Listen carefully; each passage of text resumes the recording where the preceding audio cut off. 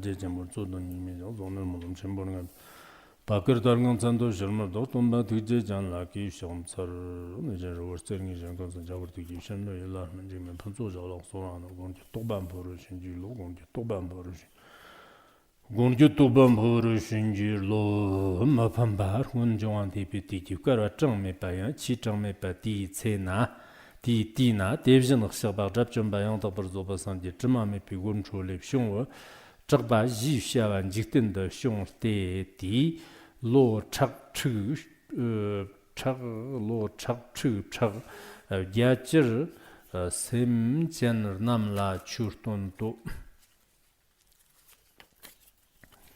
sem jen namla churton do dir son la gerlon chu chorwa yongse tagba jifsha wa chun chorwa yongse tagba jifsha wa churma wa tam na chukma wa teu Mambola yang takbar tomba, teo mambola yang takbar nzindan jigbar, teo mambola yang takbar gzang tobar, teo mambola yang takbar gabra shepa shiong ne, devjang shakba chima me pi wudum, chuwa le shiong we chakba di shima di ji tse, di tena tambi chu dawar, chur te di, devjang shakba yongsam nyan, lende pi wugdo lo shewar, tambi chu ji tsir zong te, 대er 나버는 타바 탐치도 더 추지르 남정 더라 지그네 추르톤데 무바치르타바 데 전도 셈션 남라 추르톤오 디 종치르 똥처 야처 몰음 치르타 전도 셈션을 남마 랍터 가브르 시네 디 종치르 쳔부 장보 집샤브르 손테 쳔시와 처 야처 라 무바치르타 전도 추스탄네 종치르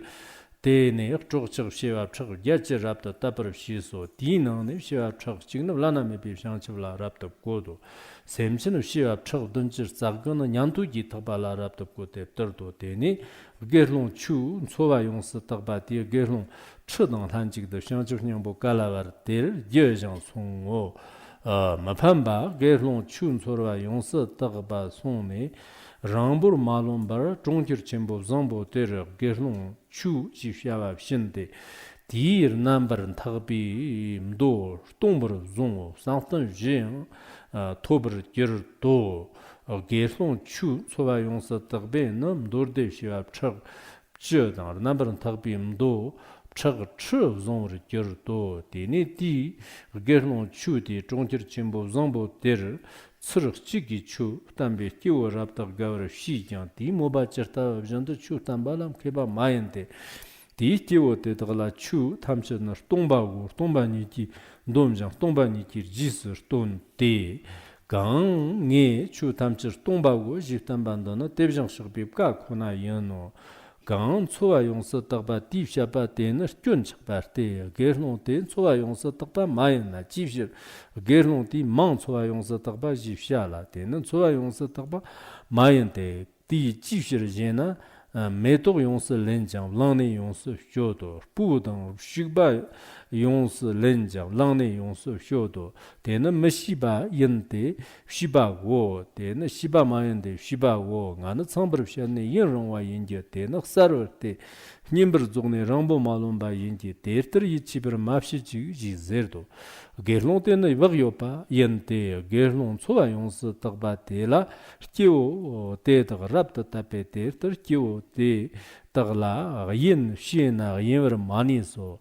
Dene gerlong chu den chewe di shibir gerden chewe di shine dartar devjang shagbalar karab taba tang dartar chur pongwa karwa dunchir semchang nyarar keso di karwa dunchir tetagam dene karwa trikchir shangchib ji sem jedo karwa trikchir tetagam dene devjang shagba kunner pu rumbo che Gut yixon rubla devjang shaba dev shangchibda semkye deb jigne div shangchibda semkye do. Tserib gut chir tunju tiane sir kyewo. Tserib jikchir gurwur namgi nangdir kyede tamchid yang jime bir girdo. Gerlong chu yongson dagba de sangye chag chigir ngin. 간나 출마버 girde 탐치도 영문버 시발 ngadan damber girdo sanjib jondende de uber wotber uber girdo chutamche yongsa tagba churtomber ya girdo mapamba dina gerlon soba yongsa tagba jivshaver girwate devjang shaba nyamda kyod semna kyoki terter mafsam te janjig da semna kyoki terter sember terter mafshar te devjang shaba gokhog me jivshawa di na gerlon chulmawan sowa yongsa tagba jivshaver girdo mapamba di na gerlon chu jivshawa de janjig da yin nyamba kyod semna kyoki terter maftar te nga di na gerlon chu jivshaver girdo nga nyelle te tawa matsarwa shungwa mapamba chuji pombra kirwa li jib jibana terter shibra kar te li tir nambar mambe nge ningmar nge te na shanchib ngombra zobra sang yeso mapamba shanchib sanhua kang nisib she jang churtomba te tagna tir nambar mambe ti ji ningmi tse shanchib ngombra zobra sang yavra njerde daqa sang ji jang te shanchib shiawa tang chu tamba la dat tang warchit mangbo shungur kirdo tene 탐치던 담빈 코르테 chima lagde di ngine tsigndirkitji tang panchud gerlon chuji jirkit mebar tarda sayang churtombar majirji ji zirdu.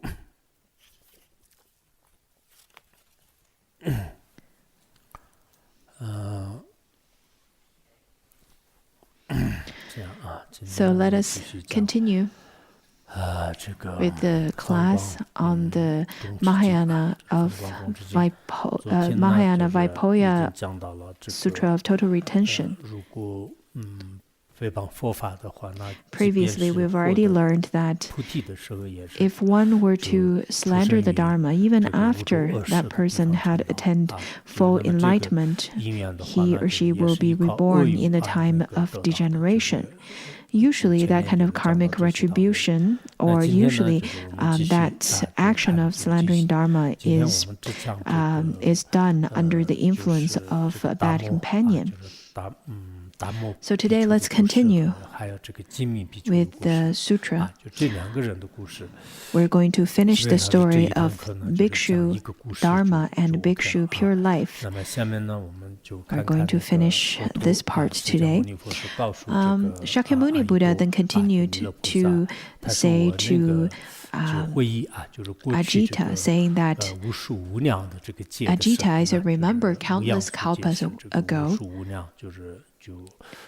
countless numbers of kalpas ago in the world appeared a Buddha called Untinted Flame, worthy of name king.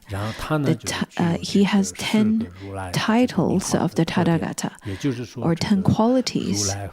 The Tathagata, Arhat, Samyak Sambuddha, knowledge and action perfected, Sugata, understanding the world, unsurpassed one, tamer of men, teachers to gods and humans, Buddhas of the world, honored one. So those are the 10 titles.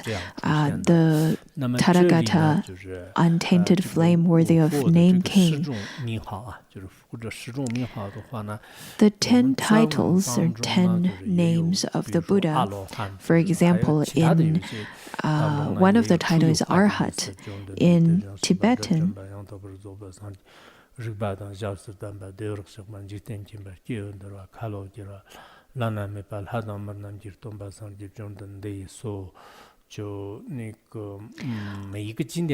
well, in different sutras, in fact, there are the 10 titles of the Buddha. For example, on the 15th of every month, when it's time to chant and renew the vows, usually we would chant the 10 titles of the Buddha. And we would chant that the Arhat, the one who attained proper and universal knowledge, as well as perfectly understanding the conduct. So in all of those sutras, The Sugata and Lokavid sometimes is connected together without any punctuation in between. And sometimes in other sutras, the Supreme One and Tamer of Men are connected together without any punctuations. So there are different ways of counting the 10 titles. According to Tattvasiddhi Shastra and Yogacara Bhumi Shastra, the Supreme One and the Tamer of Men are connected, and then later Buddha and World Honored One are separated. So just like the other sutras, this sutra says that the Tathagata, the Arhat, and Samyak Sambuddha, and perfectly understanding conduct, skillful in leaving the world through liberation, which is Sugata, and then Lakavid, Supreme One, the Tamer of Men, as well as teacher to gods and humans, and then Buddha, the World Honored One. That's how it's stated in this sutra. According to Mahaprajna Paramita Shastra, there are 11 names or 11 titles of the Buddha, where the Buddha and World Honored One are separated. So there are different ways of counting it.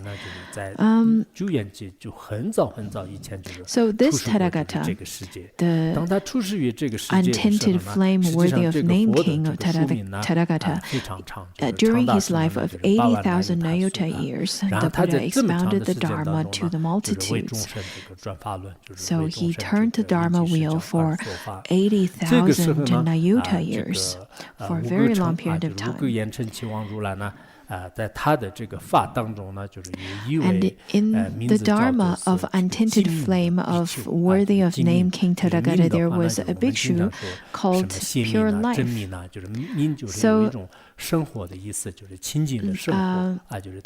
name, it means pure life versus evil life, or the kind of life lead by evil actions. So his name is Pure Life.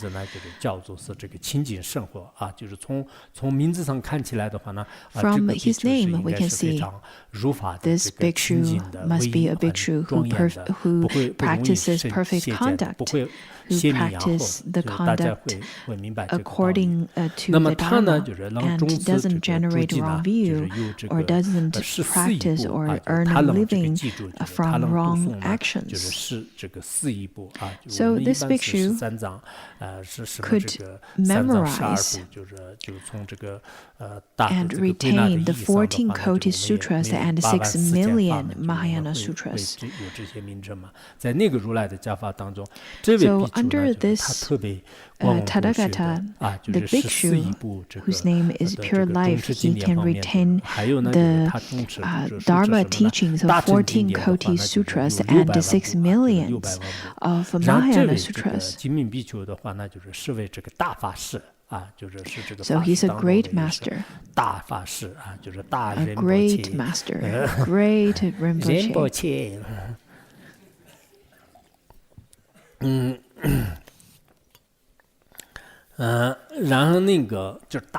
this great master, his words were pure and beautiful and melodious, and he's very humorous. So he has this unhindered eloquence and great vast wisdom. He had helped innumerable countless sentient beings by giving them teachings, benefits, and delight. In terms of the teachings, the Chinese translation, in fact, has separated this into 2 words. The first one is demonstrating. In terms of demonstrating, is to demonstrate the right from the wrong, to learn to distinguish the virtue versus vice, and to demonstrate what are the 3 lower realms and what are the 3 higher realms. All of this kind of distinguishing the right and wrong. Those are the first part. And the second part is teaching. In fact, only by telling them is not enough. You have to teach them so that the sentient beings will eradicate the vice and would practice virtue, and they will learn to practice, or they will learn to carry out their conduct according to the rule of the karma. Some of our Dharma teachers only talk about this is good, that is not. But only talking about those are not sufficient. You have to talk about how to practice and what to practice. So those should be taught very clearly. And then in terms of benefits, it refers to the non-retrogress benefit of the sentient beings, and the ultimate benefit, not a temporary benefit such as living well, eat well, and dress well. Those are not the ultimate benefits. In fact, to let the sentient beings to gain the non-retrogress and ultimate benefit is the most important. Over here, in the Tibetan version, it also says that the benefit has a meaning of joy, or of happiness, of praise. So that it shows that this bhikshu, pure life, he taught the sentient beings so that they can receive, they can gain the genuine benefit, to experience it themselves. And once they receive that, they will gain happiness and the kind of joy, the rejoice, as well as the great bliss, great joy, so that the sentient beings are very content and very happy. So this bhikshu benefits the sentient beings by turning the wheel of Dharma, and benefit the sentient beings with the Dharma. This is very practical, and in fact could generate great benefits for all sentient beings in all different aspects, all the way from life and practice. This bhikshu is indeed a great master. Sometimes I feel that Ponsokul Rinpoche, if he weren't born in this world, then lots of our monastics and lay practitioners that we have now, or that had entered the path of Dharma, probably wouldn't have the opportunity to study the Dharma, because a great master, a good spiritual friend, his aspiration and his skillful means of giving the teaching to disseminate the Dharma could directly or indirectly lead sentient beings to enter the path of liberation in temporary and ultimate ways. And then to continue, he said that untainted flame worthy of name King Tathagata, upon entering parinirvana, told the bhikshu pure life, saying that you should protect and uphold my true Dharma eye in future times. This bhikshu may appear to be a mundane bhikshu, but maybe he's a great bodhisattva. Anyhow, the Tathagata then told Bhikshu Pure Life, saying that in the future you should protect my teaching, you should protect the correct Dharma you should protect my correct Dharma, you should uphold my true Dharma eye. According to the Tibetan version, it says that, well, you should protect my teaching eye, bestow the Sutra of Mahayana, Vaipulya Sutra of total retention upon you, and you shall uphold this and gave the teachings of the sutras and mainly focused on this particular sutra. So the Tathagata then bestowed all of these to pure life bhikshu. At the time of the parinirvana of the Buddha, his great disciples, the great successors of the Dharma, upholding the Buddha's teachings for hundreds and thousands of years, and they uphold some of the teachings as very short and concise, and had held it for a long period of time. Therefore, as a true spiritual friend, I think it is the best for the disciples to listen to the true spiritual friend's words and uphold their teachings for a long period of time. Back in 2017, in the World Youth Buddhist Symposium, I once said that till now, till this year, I made a commitment to give teachings to the 4 groups of our Sanghas, and that is because of Pansogul Rinpoche asked me to give teachings to the Chinese disciples, and therefore I've done that for 30 years. As a mundane being, I really don't have that great power to practice and to make that into my conduct. But I know if it were not because of Pansogul Rinpoche's request, I wouldn't have done that. I wouldn't have lasted that long to give teachings to the Chinese disciples. Many things had happened in between, many turbulence and ups and downs. I think everyone knows over here. But I've persistently held through for a long period of time because it was requested by Pansogul Rinpoche.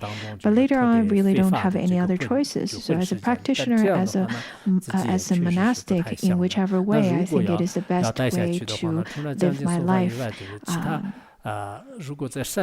Also, I don't want to just squander my time. In that way, it is not responsible.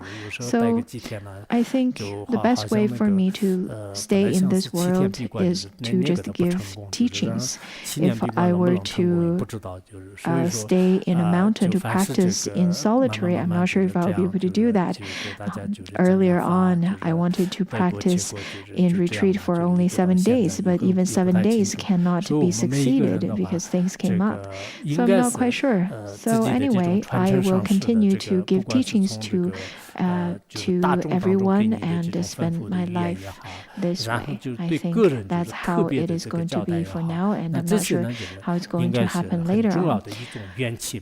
To each one of us, the lineage masters, if they had given you teachings inside a large group, a large assembly, or give you some entrustment privately, you should practice upon it. You should definitely hold to your commitment. This is very important. It is an important aspect of dependent arising. I've once asked people to try to use the Dharma to benefit sentient beings.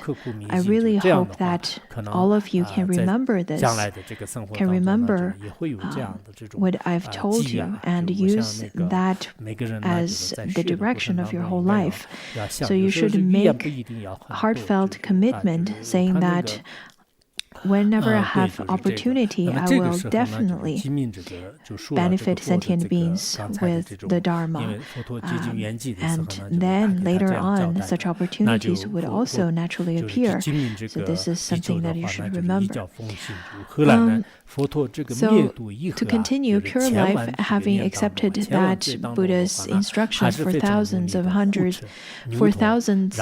tens of thousands of years after Buddha's parinirvana, guarded and circulated the sacred store of the Buddhas.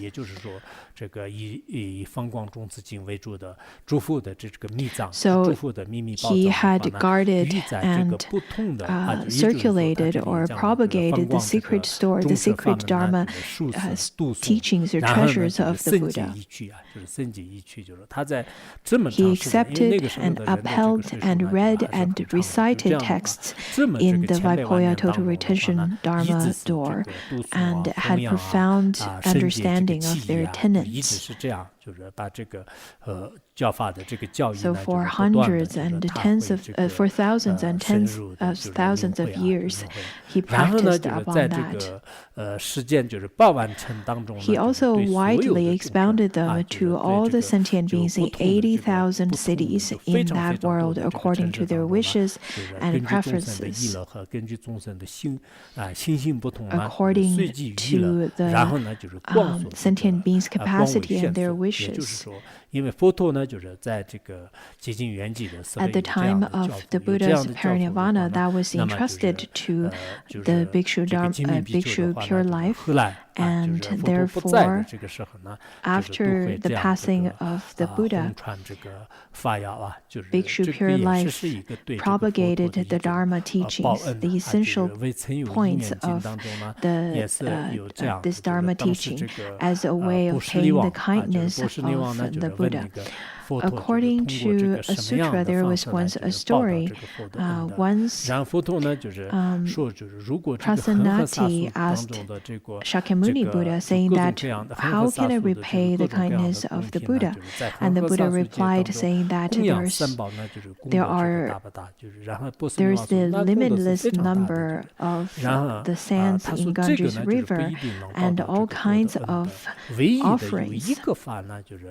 If one were to make the offerings, that's as much as the sands in Ganges River, 2-3 jewels for the time span of the sands of Ganges River, of the numbers of kalpas, how great is that benefit, or how great is that merit? And Prasanati answered, saying that it is indeed great.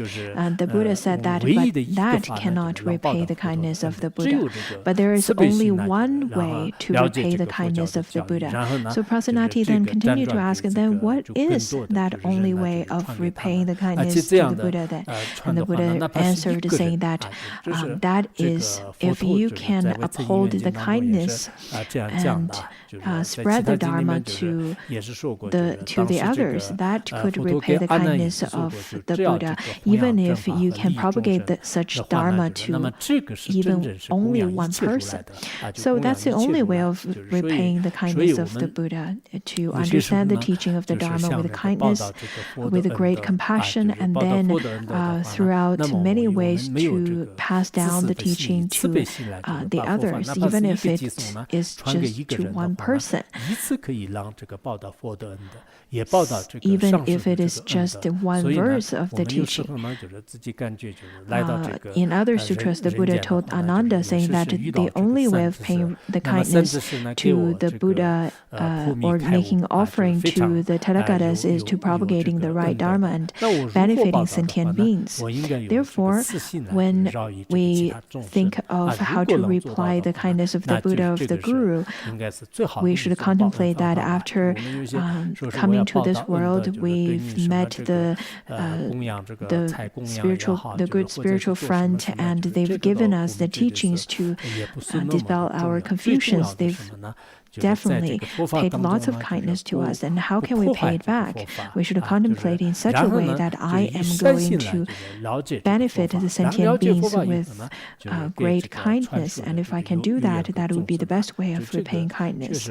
So even if you make offering of wealth, or making offering with all kinds of materialistic offerings, it's really not that important. But what's really important is not to destroy the Dharma, and to understand the Dharma with kindness, and to propagate the Dharma to the sentient beings. This is indeed very important, and that's what's told by the Buddha at the time of parinirvana. So this Bhikshu Pure Life also propagated the Dharma for a long period of time to repay the kindness of the Tathagata. So as Buddhists, we should repay the kindness of our parents, our teachers, of the Buddha, of the country, and so on. So we should benefit. Also we should benefit sentient beings even if it's just one person with a pure mind, with a kind mind, and that would be the most important and most beneficial. In the future, we will definitely be propagating the Dharma in different worlds, in different continents, and in different lands. There are definitely lots of different, there are going to be lots of different sentient beings, some of which are going to be very hard to tame. But while there's nothing else we can do, even if the Buddha were to be reborn in the world and some of the sentient beings who's hard to tame are going to have, won't be tamed by the Buddha. So we should try at least our best to plant a virtuous root. In this way, I think we can definitely benefit them. We can at least plant a seed. At that time, there was a great city called Bhadra, which means all good. Pure Life went to that city to expound the Dharma to 80 Koti households according to their preferences. So Bhikshu Pure Life came to the city called Bhadra, and over there, consequently, 80 Koti people in that city acquired pure faith. 1 Koti people set themselves on the Bodhi way, and 79 Kotis of people accepted the voice hearer's vehicle and were thus trained. Whenever we hear the sutras from the past, we see that, especially during the Bhadra Kalpa, the good Kalpa, there are lots of people there. Or maybe over here, Koti shows just a large number, it's not a specific number, so there are possibilities. Anyhow, over here, it shows that there are lots of families, and if one were to give them teachings if one were to give each of the household teachings, at least one household would have one person that had generated a pure mind, and out of that 1 Koti, people stepped onto the Bodhi way, and the other 79 then accepted the voice hearer vehicle. Then the Dharma Master, Pure Life, followed by 10,000 bhikshus, went to train in the Bodhi way. Not quite sure what exactly happened over there, but it shows that it says that the bhikshu Pure Life left the city of Bhadra. After he liberated so many sentient beings in that city, he went to a different place. A different place, not necessarily a city. Maybe just like how Buddha then went to a different place and manifested his parinirvana. At that time, according to the Tibetan version as well as the Dharma-Rakshas version, at that time it refers to the time after the passing of Bhikshu Pure Life. So at that time, in the city of Bhadra, there was a bhikshu named Dharma, which means Buddha Dharma or Dharma, the teaching. According to the Tibetan and the Dharma-Rakshas version, they just called him the teaching. But over here, they use the Sanskrit name of Dharma. You should remember that from this teaching, from today's teaching, that the Bhikshu Pure Life is a good teacher and the Bhikshu Dharma is not. Otherwise, you may just listen to classes but not ending up understanding any. You're probably around 20-ish, but then when you get to 80 years old, you may still be remembering that I remember that there was once a Bhikshu Pure Life. I studied that. I also remembered Bhikshu Dharma. He created lots of terrifying karma because you remembered that you've studied around your age of 20, and you can still remember it, or you recall the story around the age of 80. So wouldn't that be wonderful? After studying it today, if you couldn't remember it after 2 years, then you're just planting a good seed. But it is best to remember it, to keep it on your alaya, and then lock it on your alaya. Don't forget it so easily. This story is indeed very important. Without remembering, without paying attention to it, it's very easy for us to make mistakes. When Ponsok Rinpoche was young, he appeared to have also made similar mistakes during his debates. Therefore, he paid lots of attention. He placed great importance to this, and also repented for the mistake that he made when he was young. Ponsok Rinpoche, of course, he's excellent in understanding the teachings of the Dharma, and therefore, his students like us, we should be very careful about slandering the Dharma. Some of the students may be excellent in the Tripitaka, but in terms of slandering the Dharma, I think lots of people don't pay enough attention. And after chatting and talking, communicating and debating with lots of the students, I noticed that many people don't pay enough attention to their language, to how they make mistakes over there. So after studying this, I really hope that we would set up this principle. We would never slander the other teachers or schools. So that's why we should study the sutra well. And then Dharma, the Bhikshu Dharma, he accepted and upheld 1,000 Mahayana Vaipulya sutras. So Bhikshu Pure Life studied 6 million, and we can see that this Bhikshu is not as well studied as Bhikshu Pure Life. However, he had attained the fourth dhyana. The fourth dhyana, the fourth level of meditative state, he was transforming the sentient beings in the city only by means of the Vaipulya Dharma of emptiness. We should really be careful, because whenever we only teach certain teachings, for example, this Bhikshu, he only teaches emptiness, talked about only emptiness, only that aspect. I think we should, some of our Dharma teachers, we should be quite vigilant about that. Sometimes I do worry, are certain of the teachers going to fall into the 3 lower realms? Of course, Madhyamika is wonderful, but if you teach it to everybody without differentiating their faculties, differentiating their capacities, and if you tell them that the karma is also empty, the good and bad is also empty, and everything's empty, then that is quite horrid. So anyhow, this Bhikshu used only emptiness to teach the sentient beings in the city Batra.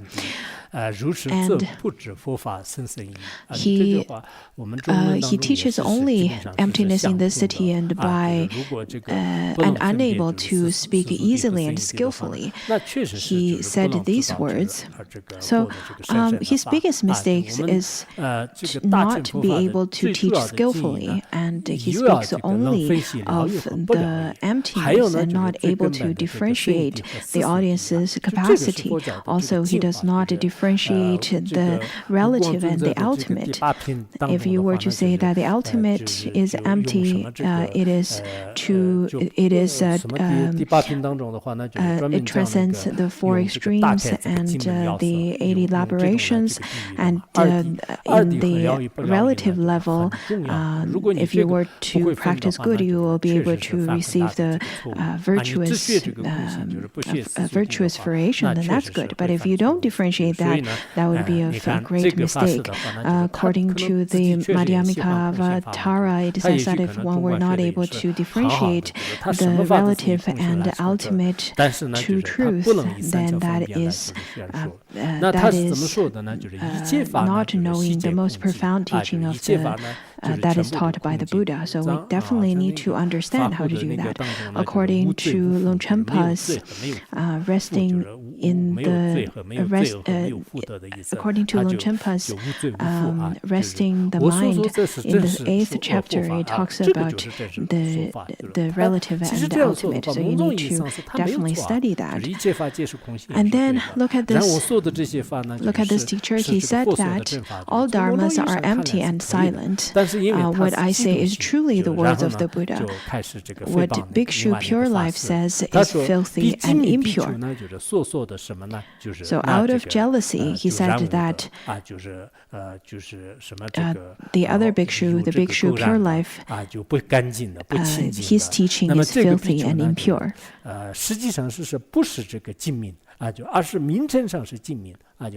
And he would even say that this bhikshu is leading an impure life, but calls himself pure life. And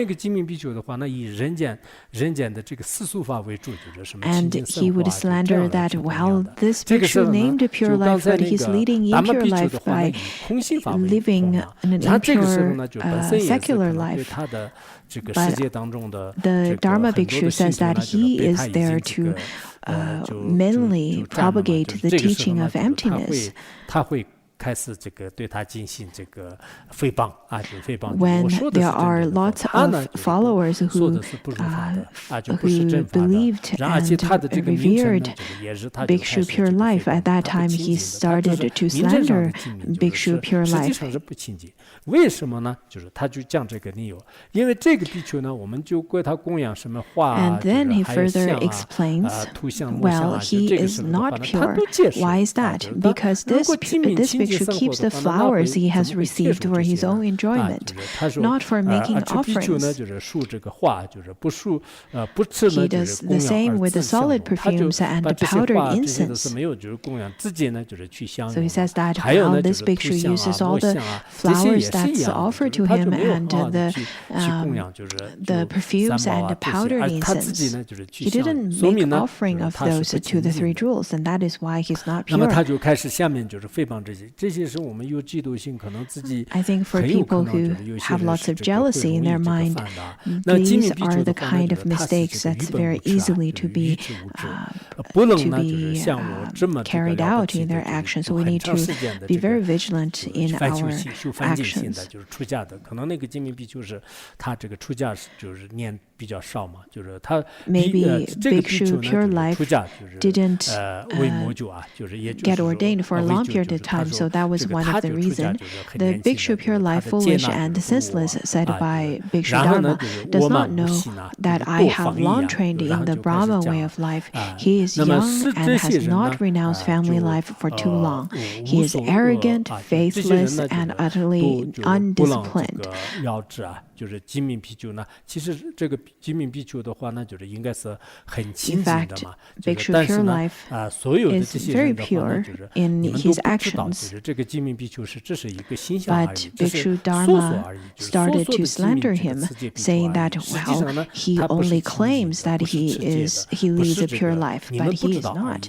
And this is what I know that you don't. This is his lifestyle that shows Bhikshu Pure Life does not lead a pure life indeed. 多少多少万年的这个罪是这样的，所以当时是这个什么这个达摩比丘的这个其实他的这个未来的这个所有的这些呢，这些语言而是 thousands of years. In fact, all the negative karmic retribution of Bhikshu Dharma had committed through his language. Just like in any country, if one were to violate the law, for example, to murder someone or to had violated someone, it is really just one action or one sentence or one word that could harm the other person, and then that small action could lead to great negative consequences. Similarly, in terms of karma, in terms of the law of karma, when we see that there is the language that is caused by jealousy, it's easy to speak of them, but especially if you are also a Dharma teacher, he's also a Dharma teacher, and if all of your audience were attracted by him, you started to slander him by saying that, oh, he doesn't keep a pure precept, his precept is not as good as mine, is not as pure as mine, his name is supposed to be like this, but not that. But there are people who's going to follow them, but some probably won't. In some of the editions of translation, it says that the Bhikshu Pure Life, his teaching is better than Bhikshu Dharma, and his disciples, many of whom had already received the fruition. So there are people who didn't follow him and who followed him. And then Dharma, the Bhikshu generated even more of those vicious mind and slandered even more. And then he fell into the hell realm after 70 kalpas in the hell realm and experienced measureless suffering. After 70 kalpas, he then was reborn in the animal realm for 60 kalpas. And finally, after that 60 kalpas as animals, he finally gained a human body and encountered the fragrance jewel light Buddha, and during that time, under the teaching of that Tathagata, he got ordained and generated bodhicitta, and after the death of that life, because of the karma of slandering, he fell into the animal realm again. According to the Dharmaraksha's translation, it says it's 9 million.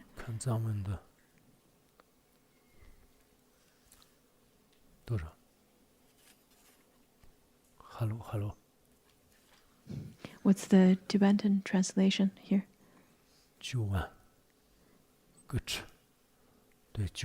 90,000 and 60,000, according to the Tibetan version.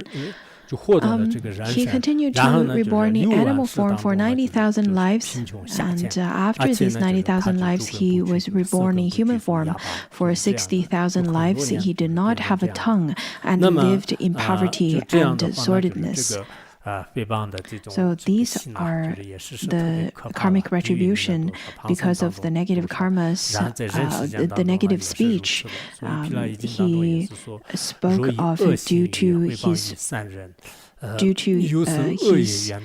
jealousy. According to the Vinaya Sutra, it says that if one were to slander the virtuous ones because of a vicious mind, then with such kind of karma, one will be reborn in the hell realm. So we definitely have to protect our language. We have to watch out, otherwise the karmic retribution is indeed really horrifying. So what should we do then?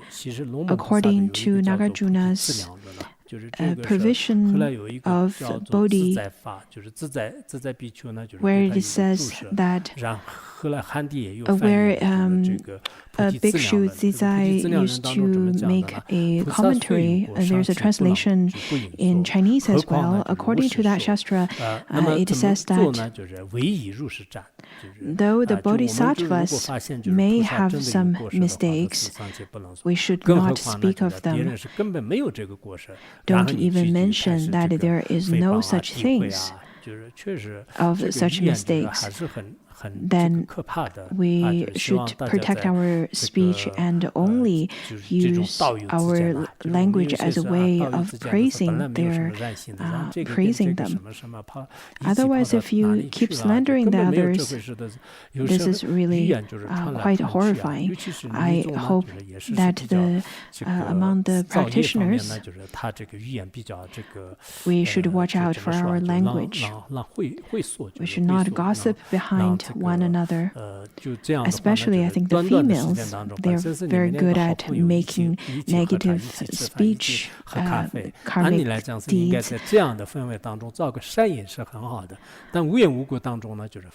If two good friends were together to have tea and have a meal and have a coffee, in that environment, it is the best to create positive deeds, to create a good karma. Don't slander the others behind their back. Don't slander the others without a reason. Otherwise, your language will slowly bring the negative karmic retributions. According to the Tibetan tradition, we say that if the language were spoken out, it is like one were to travel abroad, and once one can travel abroad, you can travel around the world, same as language. So once you speak certain languages, then the whole world would know it. Especially nowadays, you can propagate your ideas through your language through Weibo, WeChat, all kinds of social media. According to Nagarjuna's opinion, even if the bodhisattvas have some mistakes, we should not speak of them. Don't even mention that if they don't have any. So we should protect our own body, space, and mind, and try not to create negative deeds, even if we cannot practice many virtuous deeds, but at least we should try not to practice any negative deeds.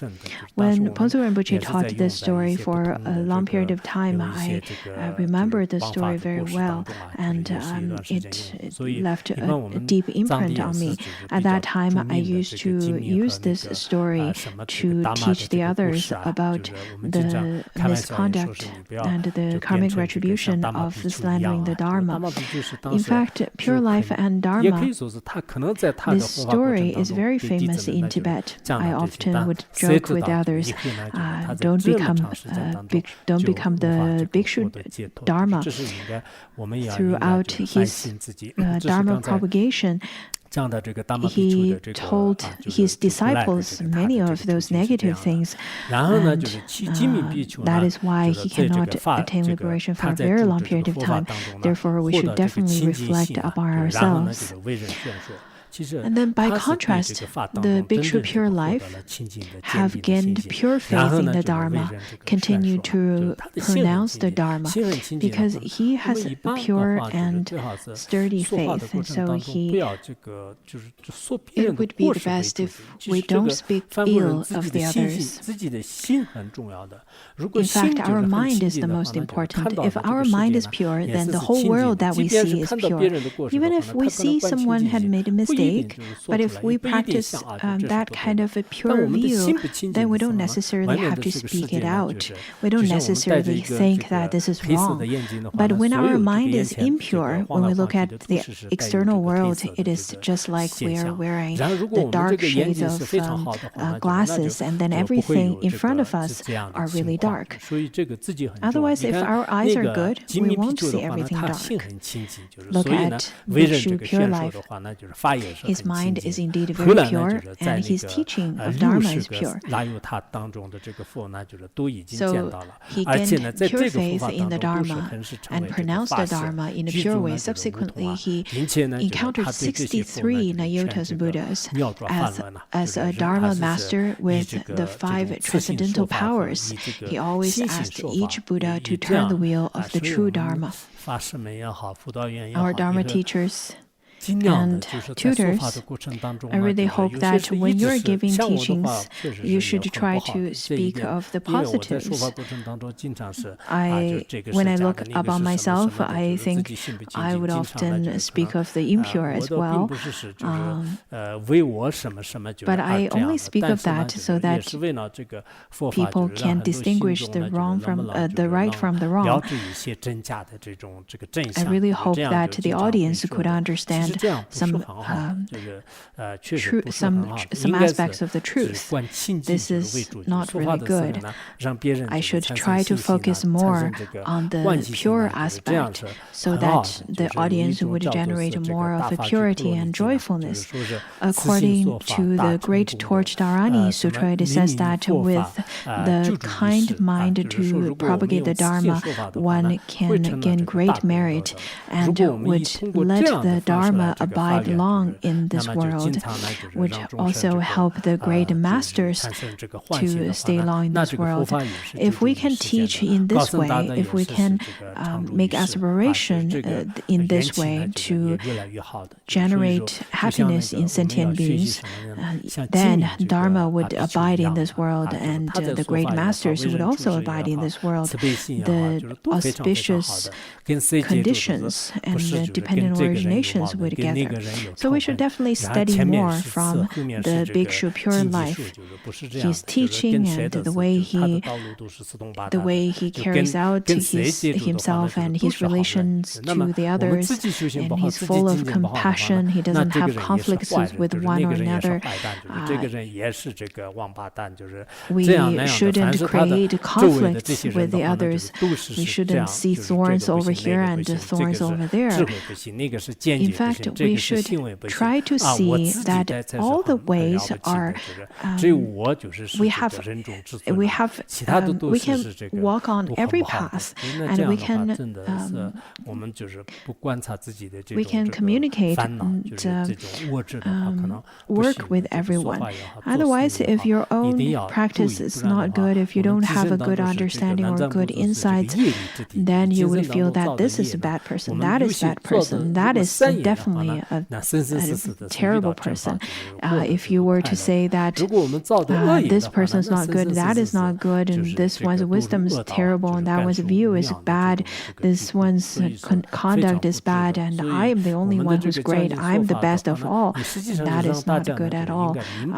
If we do not look at our own afflictions, then in the land of Jambudvipa, because it's a land full of karma, easy to create karmic retributions. Then if we create negative deeds, we will fall into the three lower realms for lifetimes, and vice versa. To give teachings on this is to make everyone to understand the teaching of the karma. If you were to understand this, then all of our future will be bright and happy. If we were to destroy this kind of dependent origination, we will only harm ourselves, but not the others. We should remember that, and we should contemplate upon that. And then the Buddha continued to say that, Ajita, tell me this. Was the Bhikshu Pure Life in the past a different person? Do not view him as someone different. He is none other than Amitabha Buddha today. Ajita, tell me this. Was the Bhikshu Dharma in the past a different person? Do not view him as someone different. He is none other than I today. So the Buddha said that this is my path. Because I had slandered him out of foolishness and senselessness, I underwent such suffering through these karmic causes and conditions. I have attained Samyak Sambodhi in this world of the five turbidities. So he said that because of the past actions of slandering, he was born in this age that's full of the five degenerations. According to the Compassionate Lotus Sutra, it says that the Buddha had made lots of aspirations in different places, and he made the aspiration to tame the sentient beings in the age of five degenerations. Are there conflicts between the two different two different opinions or two different records. No, it is not.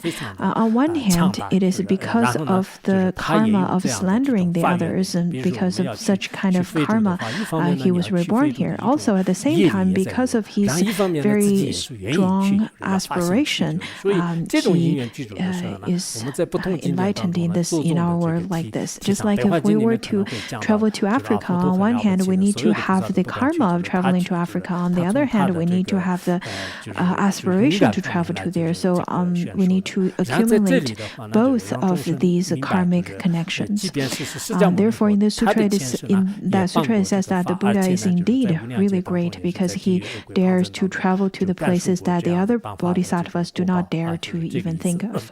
So he makes the aspiration to go and liberate sentient beings.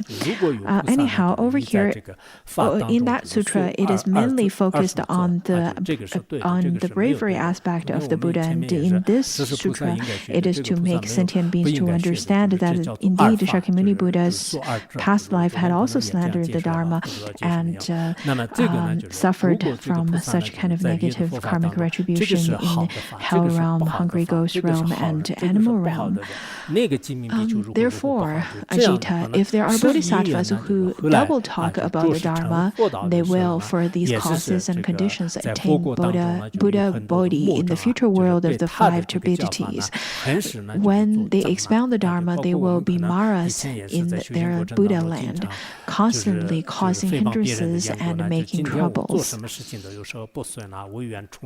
Sometimes we would think that, wow, there are so many obstacles, so many difficulties. At that time, you should contemplate that this is because of my past actions of creating lots of negative deeds through slandering the Dharma. At the time of the Buddha's enlightenment, there are 80,000 Mara armies as well as Mara's daughters try to harm the enlightenment or interrupt the enlightenment of the Buddha. That has something to do with the Buddha's past of slandering the Dharma. When they expound the Dharma, when the huge assembly heard the Buddha's words, they all wept in grief, tears flowing and noses running. They all said these words, "May we, unlike that a bhikshu, refrain from double talk about the Dharma, to slander the Dharma." All the practitioners are sitting over here, let you be a monastic or lay practitioner. It is very difficult to be here. This very close to the coldest month of the year, only about a month away from that time.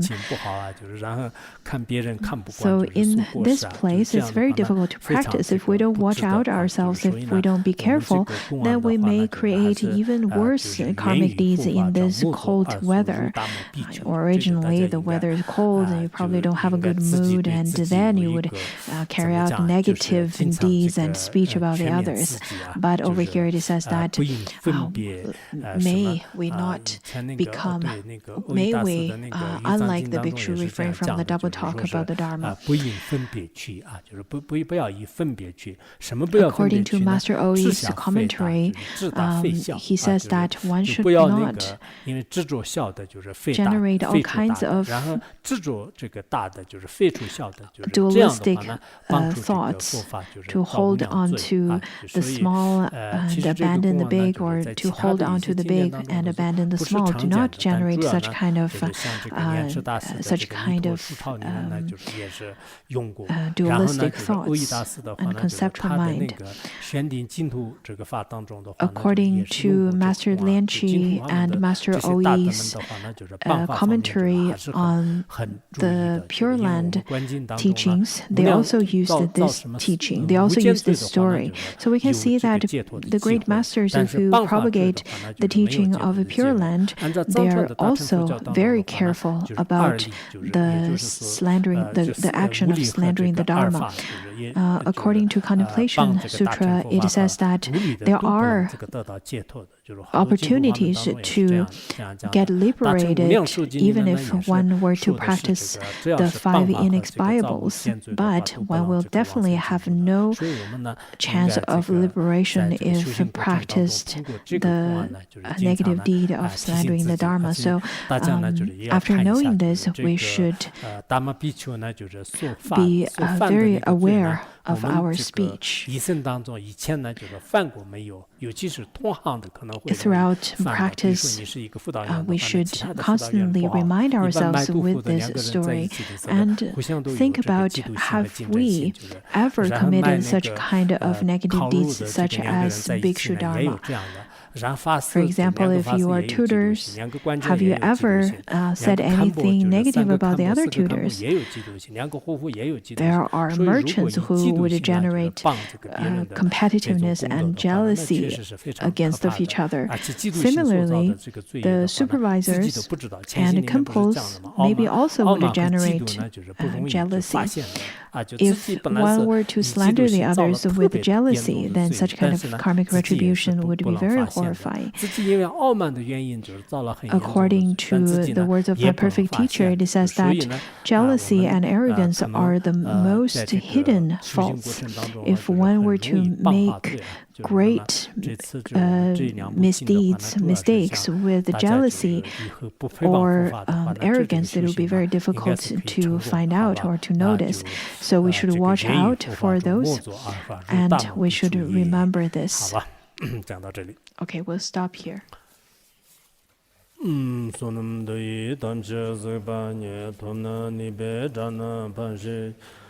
Gana jira long chukpa yi chupun tsulin chukpa chukpa